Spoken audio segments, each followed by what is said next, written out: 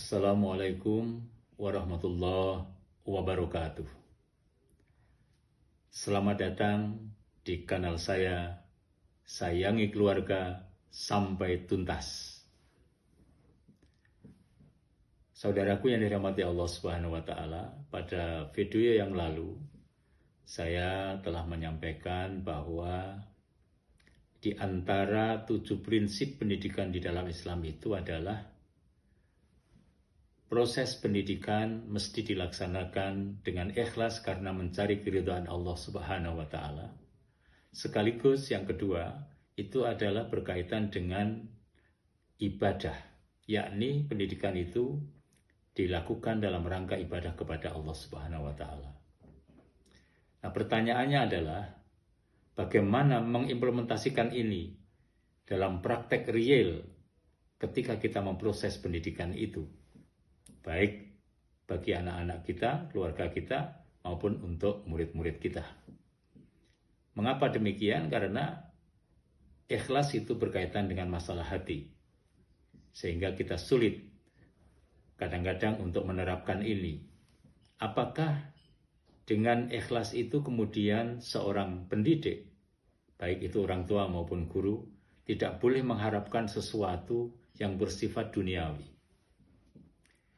Saudaraku yang dirahmati Allah Subhanahu wa Ta'ala, pada saat kita belajar di pesantren dulu, kami mendapatkan pengertian bahwa yang namanya ikhlas itu memang benar-benar hanya mencari keridhaan Allah Subhanahu wa Ta'ala semata. Dan tidak boleh ada keinginan yang bertujuan untuk hal-hal yang bersifat duniawi. Lantas bagaimana ini? Nah, karena itu, dalam menerapkan ini, kita harus punya keyakinan dalam batin kita. Saya yakin-yakinnya bahwa siapapun yang melaksanakan sebuah kegiatan, termasuk di dalam proses mendidik, yang ikhlas karena Allah Subhanahu wa Ta'ala, maka pastilah mereka orang-orang yang ikhlas itu akan dijamin kemuliaannya, akan dijamin hidupnya oleh Allah Subhanahu wa Ta'ala di dunia maupun akhirat. Keyakinan ini harus tertanam bagi mereka yang ikhlas. Oleh karena itu, ketika kita ingin mengimplementasikan prinsip ikhlas dan ibadah di dalam proses mendidik anak-anak kita maupun murid-murid kita, maka hendaklah pada saat kita melaksanakan itu harus dibarengi pula dalam pikiran kita, hati kita, keyakinan yang dalam. Kalau kita hanya mencari keridhaan Allah semata, tidak ada unsur sedikit pun berkaitan dengan masalah-masalah keduniaan, maka insya Allah, Allah pasti menjamin kemuliaan, menjamin kehidupan yang bagus di dunia maupun akhirat.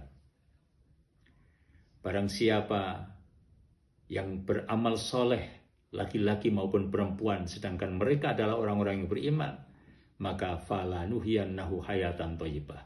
Niscaya Allah pasti akan berikan kepada mereka kehidupan yang baik. Ini harus ada keyakinan di dalam batin dan pikiran kita.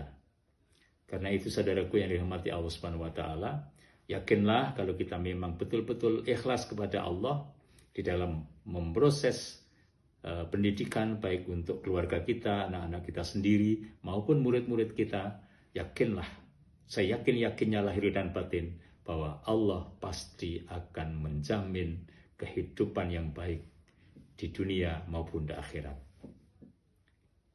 Selamat mencoba, semoga bermanfaat, sukses fid dini wa dunya wal akhirah.